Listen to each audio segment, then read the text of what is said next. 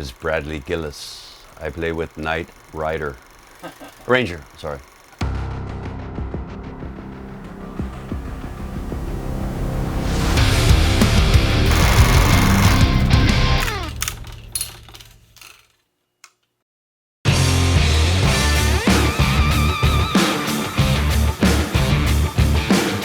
The first album, Dawn Patrol, was released in October 1982, and that's the same week that my record with Ozzy, the live Speak of the Devil album, came out. So in October 82, I had 2 releases that came out, which was kind of cool for me because Album Network magazine, which is a trade magazine for radio, put me on the bottom of the first page as the 2 picks of the week, Speak of the Devil and Dawn Patrol. And I was the first, I'm bragging, I'm tooting my own horn. I was the first one to ever have 2 records come out in the same week.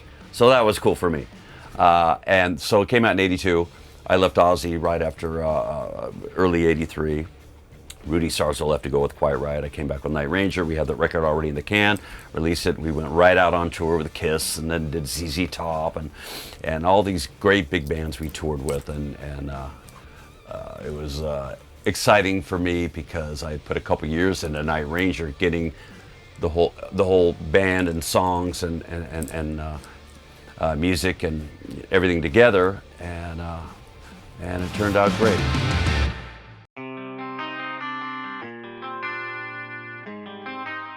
We broke up in '89, and everybody kind of went and did their own thing, and I was doing a lot of production work and different things in my studio for radio and things like that, and putting together a band, trying to keep things moving. And this guy came in and said, "Hey man, there's this new band coming out. They're going to be huge." "Who's that?" He goes, "They're called Nirvana, and it's a college sensation," he called them. And so I remember seeing the video on MTV, and I kind of didn't get it, but I did. I love the rawness and everything, but I think it got to the point with guitars and music that it just got so intense, and solos were just, everybody was trying to outdo everybody, that Nirvana coming out with the basic chord structures and simple guitar solos kind of turned everything around and brought it back to, you know, basics and rawness, and you know, sure enough, that whole scene took over, and the whole Seattle scene and everybody that came after that, and it was like, well, what the hell am I gonna do? You know, I play guitar.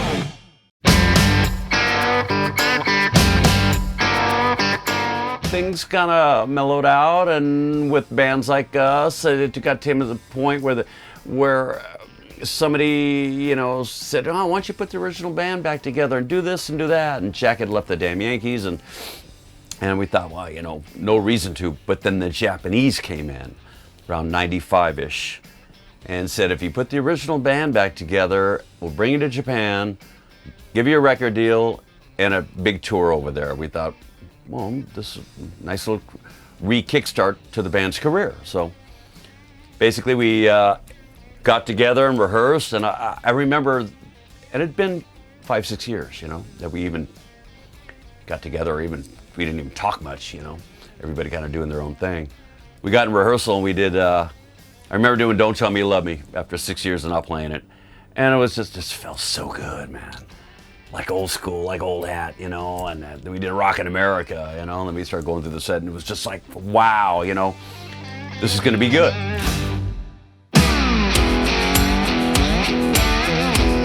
And the next thing you knew, we were just starting to do 2 and 3 act packages with different bands. And when you put classic 80s rock packages together, you do big numbers.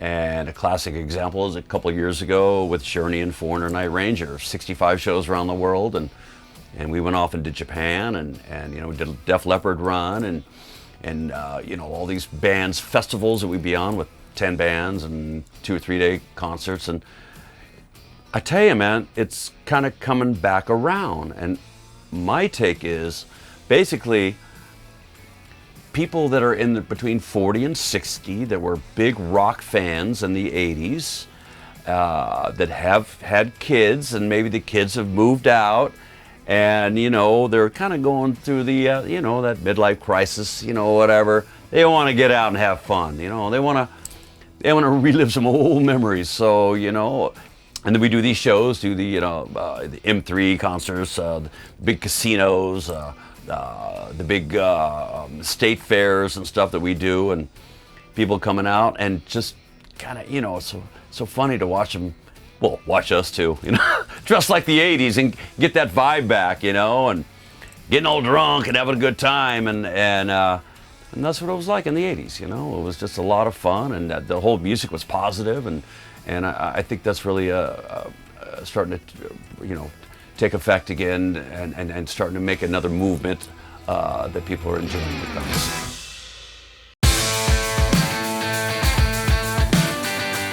Basically, when Eddie Van Halen came out, he was doing the harmonic dive bombs. People that aren't guitar players, you hit a note as a harmonic of a note. You can let your finger go, the note sings. Eddie was doing the dive bombs. He was real famous for that. Now, when the Floyd Rose came out, which is the bridge mechanism with the bar on it, people that don't know, Eddie got the first one.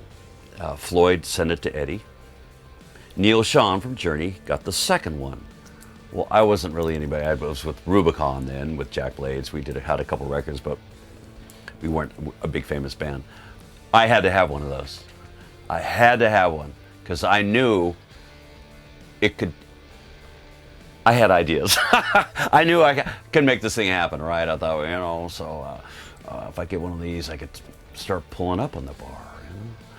I could start wiggling things. And, you know, anyways, I traded a Les Paul Custom at Don Weir's Music in San Francisco for an original Floyd Rose, and they put a new fret job on my guitar.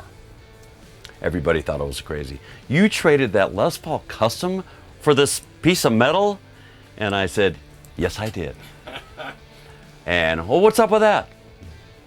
I'll get back to you on that, all right? So I sit in my room, I'd practice, you know, and all these things. And I was goofing around one day, and I banged my guitar, and I heard this, what the fuck is that, right?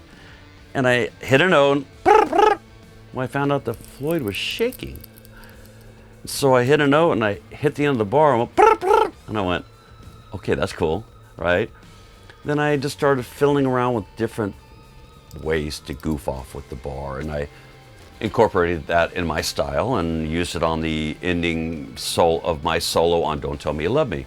I still have the same Floyd Rose on my main 62 red Strat that I used all my career. It's lasted, I bought it in 78, 79, whatever it was. So it's lasted a very, very long time.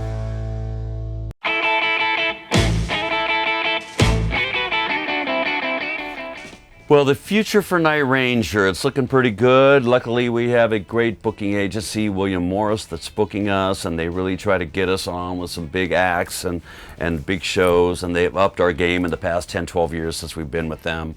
So I think we're up to 30, 40, maybe 50 shows so far. Hopefully we'll do a good 70 to 90. Basically, we've got a lot of festivals going on, which have been confirmed. If booking agencies are booking you and you're getting good money, there's a reason for that. That means people are coming, people are paying for tickets, and it's viable. So since it is, there's so many bands, I mean, everybody's going out. And when we get together with these 2-3 band packages, we're doing, you know, 5,000 to 15,000 people, depending who it is. These big shows, big festivals, 2-3 day festivals with 8-10 bands a day are all doing great. Like I said, there's a market for this music because 80s music had actual great melodies and songs and were positive. And I think in this day and age, people just want to relive some old memories and be positive and have a good time.